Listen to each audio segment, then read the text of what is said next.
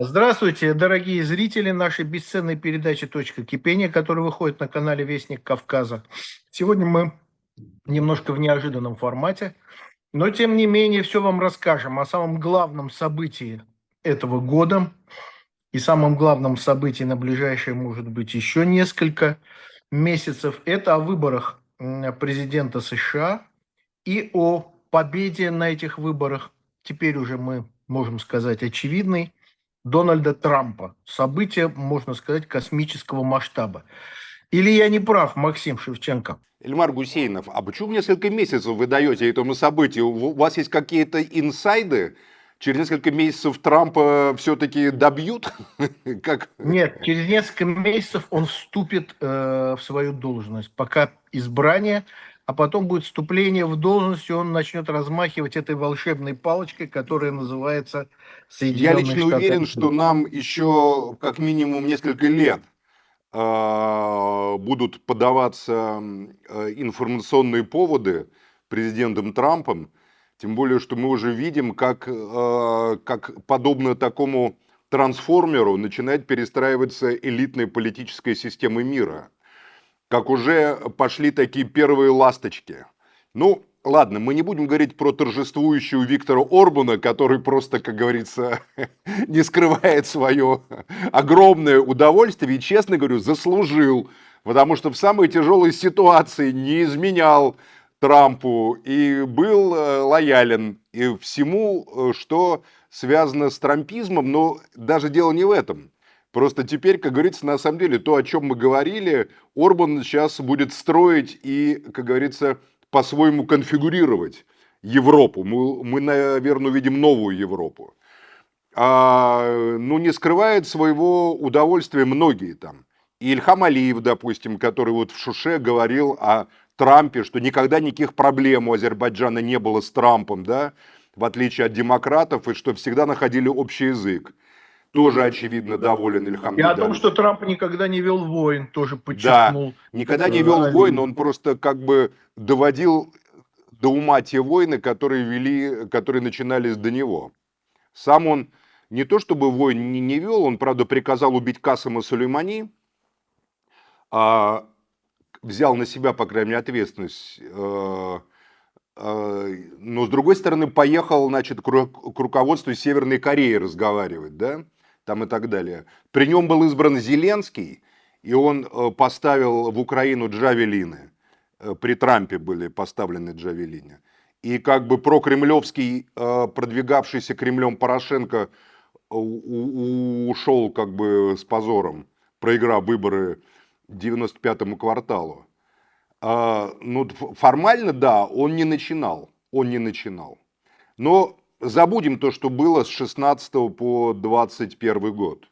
Поскольку сейчас мы видим совершенно нового Трампа, на которого, очевидно, сделали ставку очень серьезные элитные группы, которые раньше считали его таким экстравагантным бизнесменом, таким политическим клоуном, может быть, даже, который победил случайно в 2016 году. То есть в 2016 году все в мире было уверено в победе Хиллари Клинтон, но тогда победил внезапно Трамп. Да? Это был шок, это была катастрофа. И 4 года все доказывали в мире, что он случайен. Но сейчас, после уже стольких лет борьбы, после 2020 года, после выборов 2020 года, когда он практически победил, я, кстати, уверен, что сейчас Трамп сделает все, чтобы подтвердить, что в 2020 году были фальсификации со стороны демократов, его оппонентов. Теперь у него на это будут определенные полномочия весьма серьезные. И даже те, кто был обвинен в попытке мятежа в штурме Капитолия, я думаю, будут им помилованы. Это очевидно, просто им должно быть сделано, тем более, что Трамп всегда подчеркивал, что он старается жить, условно говоря, так по-пацански. А пацаны, как известно, своих Ну, не видишь, бросают. во время этих выборов никакие ухищрения демократов не помогли. Потому Если что, потому подтвердятся что серьезный цифры даже глава голосования. БЛМ, Black Lives Matter, который в 2020 году был таким тараном антитрампистским, он, правда, проиграл выборы демократу, он перешел на сторону Трампа. на сторону республиканцев. Очень многие Трамп сумел показать такую волю, такую энергию, такую несгибаемую силу своей личности, которая, ну, на мой взгляд, является ключевой частью американской мечты. Американская мечта – это не просто стать богатым. Потому что стать богатым можно по-разному. Стать богатым можно, там, не знаю, родившись, допустим, в семье богатого, папочки и дедушки. Стать богатым, ну и Трамп родился в семье не бедного человека. Его отец уже дал ему какое-то начало. Но главная суть американского мифа – это то, что человек длинной воли, такой, да, готов биться до конца. Как бы, условно говоря, миф Дикого Запада, американский вестерн, это есть, собственно говоря, американский эпос о Роланде. Если Роланд – это, значит, ну, как бы европейский рыцарский эпос такой, да, который вот до конца он верен Карлу, и даже гибнув в Ронсевальском ущелье, Роланд все равно, как говорится, сражается, да, там, с басками, там, например, кем-нибудь, то американский миф – это герой злой, плохой, хороший, хотя снимал это итальянец и снималось это в Италии, но так или иначе вот этот вот герой Клинта Иствуда, да, человек из ниоткуда, такой красавчик, блондинчик, как его называют, кстати, блондинчик, да, а Клинт Иствуд это, между прочим, один из таких фундаментальных сторонников Трампа и республиканцев. Вообще хочу обратить внимание наших зрителей тоже на слом каких-то, опять-таки, стереотипов, не хочу сказать мифов. Ведь практически все голливудские звезды, которые считают себя очень влиятельными, были против Трампа. Почти все СМИ на 80%, традиционные СМИ, были против Трампа. Но Трамп сумел одержать, как теперь выясняется, победу в среде, например, мужчин до 30 лет. И благодаря чему? Благодаря тому, что интернет был весь за Трампа. Он сумел получить большинство среди чернокожих американцев, афроамериканцев, всех прошу Там прощения. есть удивительные вещи, которые я, например, не мог предположить. За него проголосовали латиноамериканские мужчины. Латиноамериканцы, да. Хотя он выступал против... Хотя мы говорили с тобой в наших эфирах, что латиноамериканцы, которые уже натурализовались в США, на самом деле против того, чтобы усиливалась миграция тоже латиноамериканцев, испаноязычных в тех же самых США.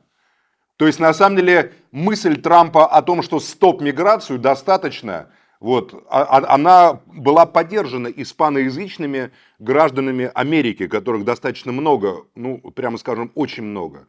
То есть он сумел обратиться к разным социальным группам, но я продолжу свою мысль. Но главное – это его неизгибаемая воля. Он продемонстрировал такой человеческий характер, такую готовность к борьбе, сопротивление, несмотря ни на что, несмотря на шельмование, несмотря на травлю открытую, несмотря на фальсификации, несмотря на уголовные преследования, несмотря на то, что его обвиняли в том, что он давал взятки порнозвезд. Мы, кстати, тоже с тобой говорили, что, возможно, это наоборот добавляет ему, потому что, да, чисто формально, как бы в ситуации такого, как же так? Ну как же порнозвезды, но в глубине души, как, ну, блин, ну вот мужик, а, даже порнозвезды у него там взятки берут. Кстати, по первым социологическим прикидкам, он сумел получить большинство среди белых женщин. Это значит, что они оценили его готовность. Тоска по мужскому началу. Победа Трампа – это огромный кризис вот этого выдуманного либерализма.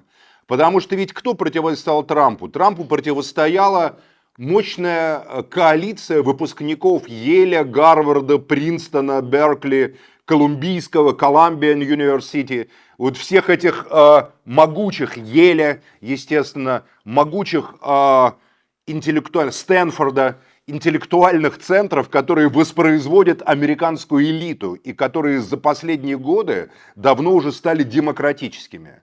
Почему? Потому что там рулит профессура, там рулят профессора, Фрэнсис Фукуяма там, или другие левые, правые, там Фукуяма правый, допустим, там есть левые, да тот же самый Берни Сандерс, он вполне профессорского типа. Вот это странно, понимаешь, как это так? Интеллектуалы по которых ты говоришь, и не смогли понять настроение своего народа? Объясняю. И это вообще проблема интеллектуалов. Интеллектуалы зачарованы книгами, которые они в изобилии прочитали и которые они сами во множестве написали. Интеллектуалы зомбированы самими собой и дискуссиями с себе подобными. Интеллектуалы живут интеллектуальным языком, который они воспроизводят в своей среде, и интеллектуалам кажется, что они через Валерстайна, через того же Фукуяму, через кого-то там еще, фон Хайека какого-нибудь, или Хантингтона, так или иначе описывают мир, да? Через Хабермаса описывают мир, как он есть. Ну как же так? Мир, он постигаем интеллектуально. На самом деле победа Трампа, если идти в глубину, это такое поражение картезианской и неокартезианской модели мира, в которой мышление и интеллектуализм доминируют над так называемыми простыми человеческими чувствами, простыми человеческим восприятием мира. Мир сначала описывается, да, там, в бесконечном количестве разного рода социологических, экономических, антропологических и так далее теорий, а потом, когда мир оказывается сложнее, этот мир начинают топтать, расстреливать и упаковывать в эти теории. Это на самом деле болезнь всякого прогрессизма, хоть левого, марксистского, хоть правого. И парадоксальным образом на левом фланге человеком, который разрушал этот теоретический мир, был Сталин. Сталин, который, да, был марксистом до мозга костей, но который в своей жестокости, в своей свирепости, на самом деле, сколько Сталин марксистов расстрелял и отправил на нары, так это никаким фашистам не снилось, понимаешь? А Трамп в таком же смысле с правого фланга человечески разрушает вот эти вот построения либерализма, да? Построение правого такого мира, который должен подверстываться под теории капитала, под выступление нобелевских лауреатов и так далее. Трамп говорит, вот баба, хватай ее, вот там, не знаю, вот он сказал, во время избирательной кампании ко мне ни разу не подошел ни один человек и не сказал, что, значит, там не попросил меня уравнять, как он сказал точно, по-моему, в сексуальных правах мужчин и женщин. Да?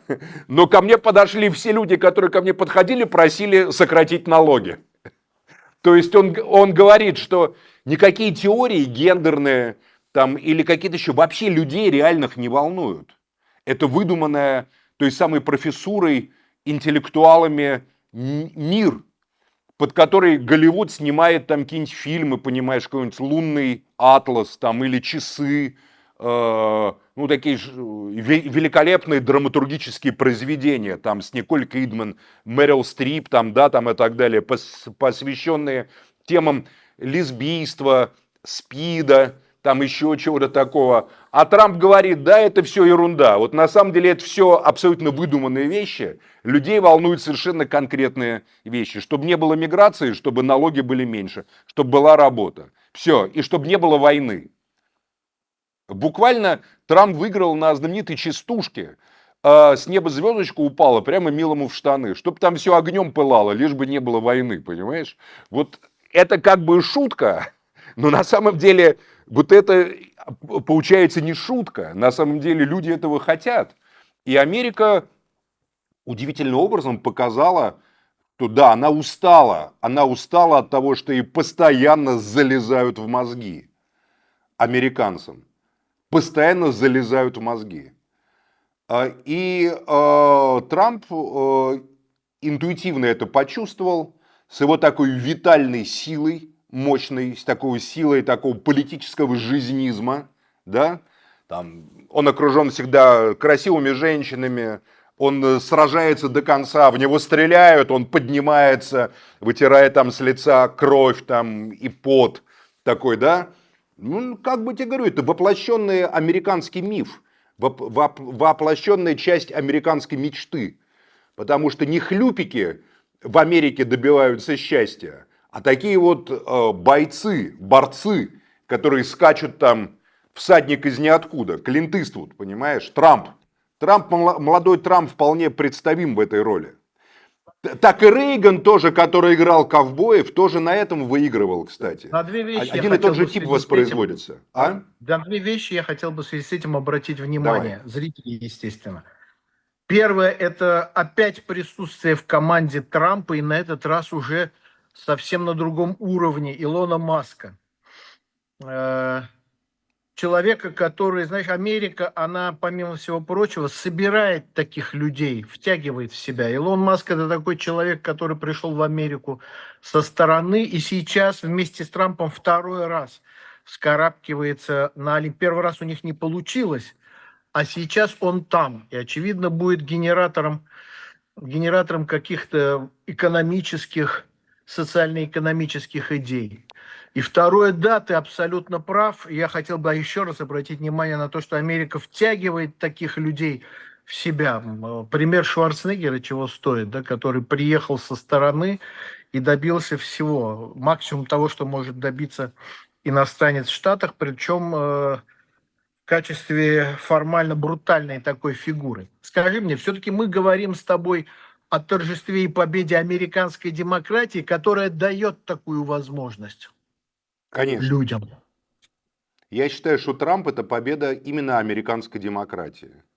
Принципы американской демократии. Американская демократия, она основана не на партийных представительствах. Партии – это в Америке фактически клубы.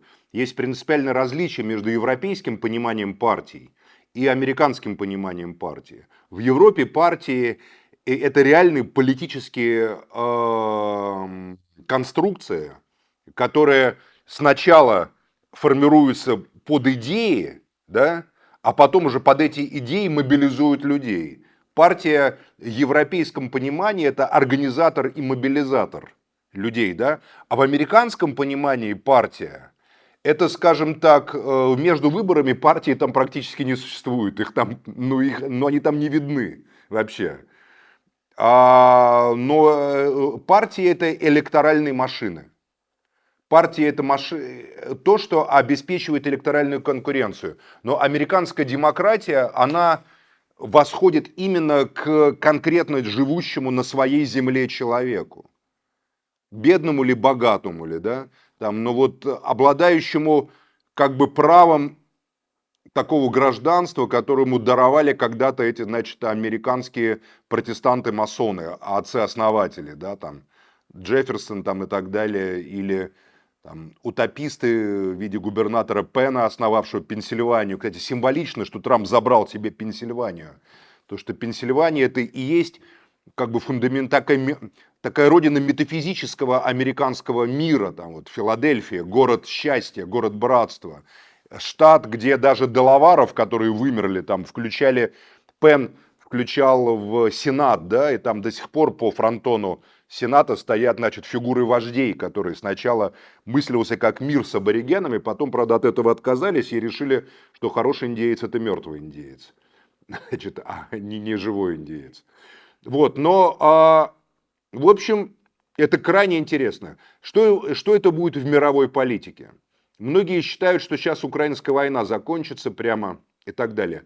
Трамп не руководствуется идеями. Если война где-то выгодна Америке, он будет вести эту войну. Если война невыгодна, он будет ее прекращать. Что такое для него выгодно-невыгодно? Если участие в данном конфликте приносит Америке в той или ином виде прибыль, не обязательно в денежном измерении, да, политическом усиливает, он ее будет продолжать. Если для Америки это затратная вещь, и если, условно говоря, затраты очевидны, а результаты не очевидны, то тогда он будет это прекращать. Если вот он будет так подходить к любому конфликту, в том числе к ближневосточному конфликту.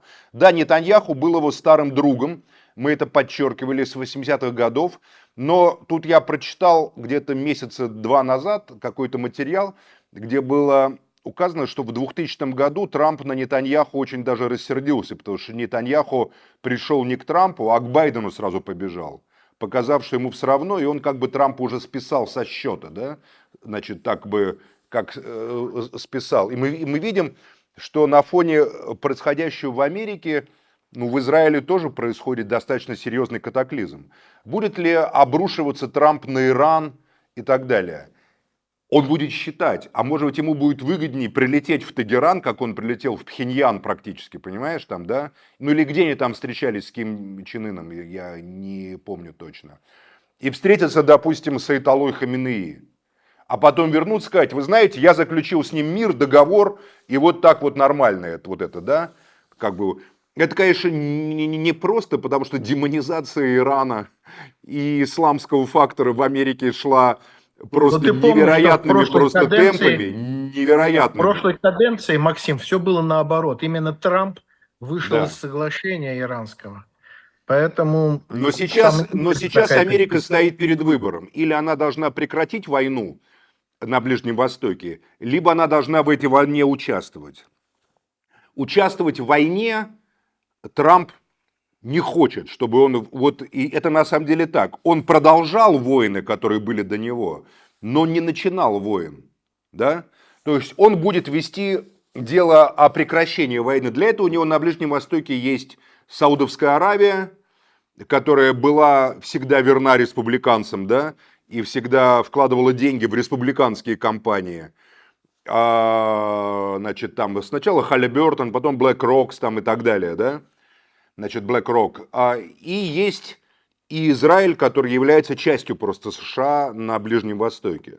Другое дело, что сам Нетаньяху с его крайне неуспешными действиями в течение года убиты многие, но результатов на самом деле не достигнуты. Ассоциироваться с ним, если я уверен был бы, что победит демократы, то Нетаньяху ждал бы уголовное преследование Международного суда, это у меня даже сомнений нету.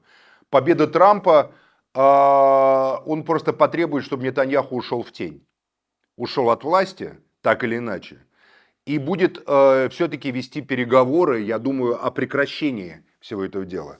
На Ближнем Востоке нет альтернативы созданию палестинского государства.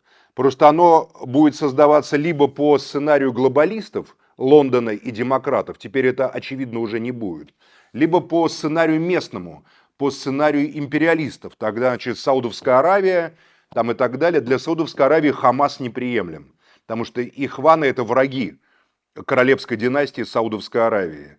Ихваны, братья-мусульмане, всегда ориентировались на Лондон. В общем, везде на самом деле сейчас надо смотреть плюсы, минусы и так далее. Трамп и трампизм – это бесконечно рациональная вещь, которая будет руководствоваться рацио. Но есть один момент. Лично сам Трамп невероятно рационален. Он руководствуется не идеями, которые там подчеркнуты в профессорских аудиториях, тем более, что он и не сидел в этих аудиториях никогда.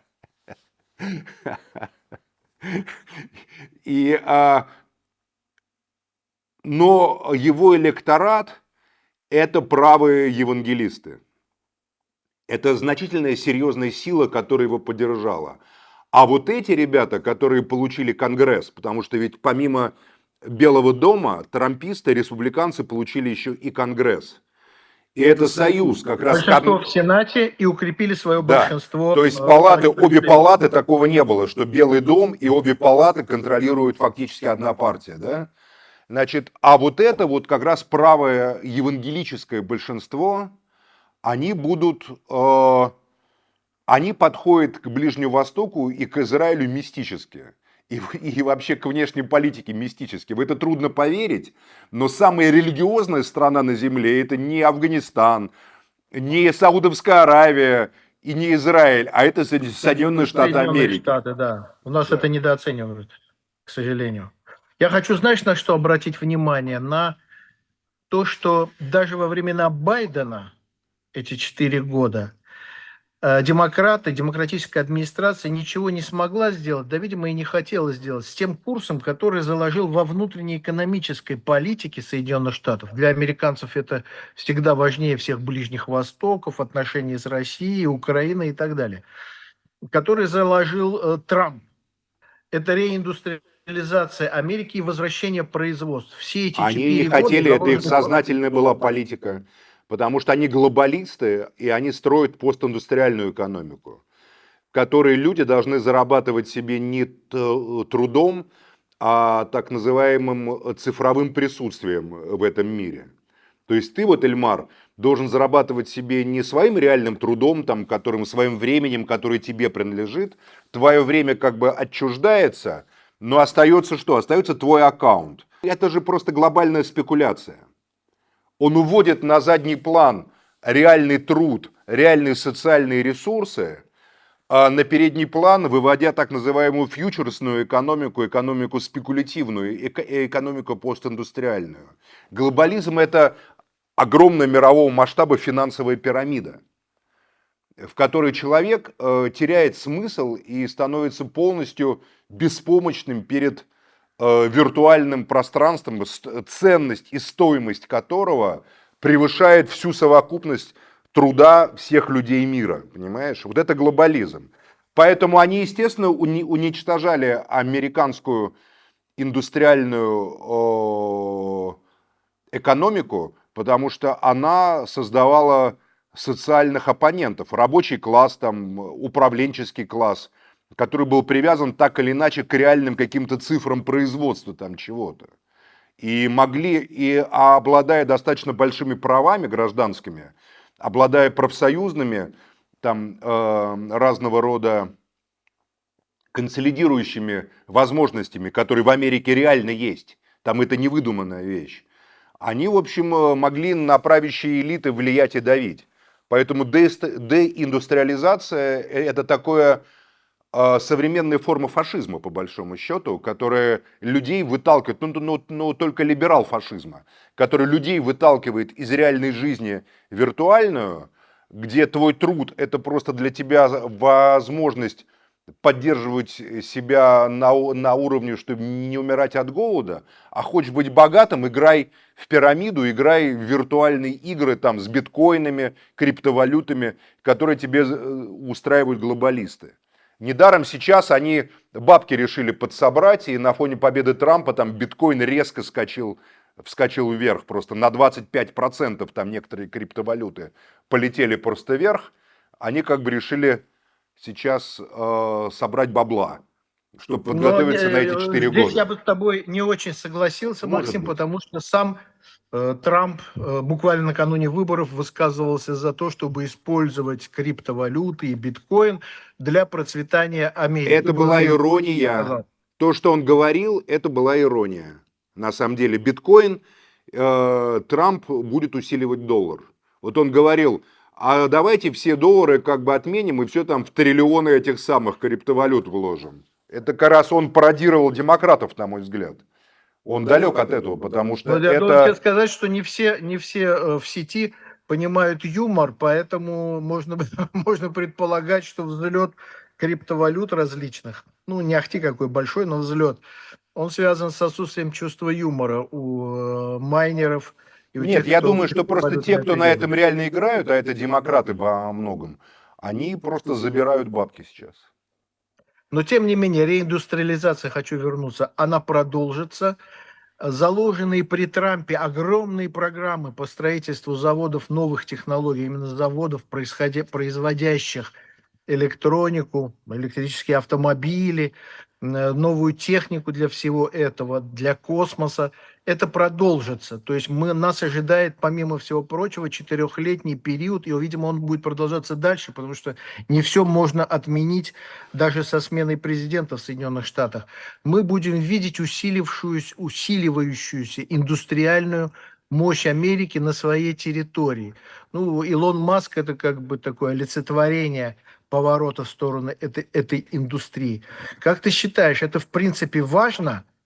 Или это то, что, знаешь, течет своим собственным ходом внутри развития общества? Очень важно. Повернуть, не усилить это нельзя? Нет, это очень важно. И Маск, конечно, очень эффективный и необычный такой менеджер. Когда в его распоряжении будут ресурсы государства еще, это как бы усиливает его влияние и глобальное, и внутри Америки. А в Европе, конечно же, Трамп скажет, хватит, мы вас уже нафинансировались, финансируйте сами украинскую войну и финансируйте сами НАТО. Европейцы этого очень трепещут. Трамп будет расследовать многие вещи. Трамп будет расследовать деятельность семьи Байденов, я уверен просто. Он будет сводить счеты. Потому что он не забудет, как оскорбляли его, как этими порнозвездами оскорбляли его жену Меланию, да, вот этими, как бы, вот все, они вели себя максимально оскорбительно, и сейчас, я думаю, они получат обратку. Но не сейчас, а после 20 января. Трампу, кстати, надо еще дожить до 20 января, это тоже весьма Доживем, существенно, потому что доживем. количество покушений всяких психопатов на него что-то зашкаливает, там какую-то статистику. Мне Сейчас кажется, это уже бессмысленно, потому что да. все равно... Ну как бессмысленно? Рейгану вон подошли, в живот выстрелили на улице. Помнишь, было такое? Было такое, я просто хочу сказать, что есть и вице-президент, который его сменит. Нет, это уже, мне кажется... Да, и еще одна задача – это подготовить смену себе, подготовить смену. Он должен сделать трампизм и вот эту вот реинкарнацию американского духа политической, новой политической традиции. Ну, учитывая, как он эффективно подмял под себя за 4 года республиканскую партию и, кстати, привел ее к успеху, я думаю, что у него и время, и здоровья на это хватит. Максим, спасибо огромное. Очень было интересно. Думаю, что в ближайшие дни события в Америке предоставят возможность всем обозревателям и наблюдателям многократно высказываться. Прибудет новая информация, поэтому надеюсь, что мы через некоторое время вернемся к перестановкам в мировой, да и в американской политике в связи с сенсационным избранием Трампа. Спасибо большое. Спасибо всем зрителям за внимание. Максим, надеюсь на скорые встречи. И спасибо тебе отдельное за интересный, как всегда, разговор. До свидания. До свидания.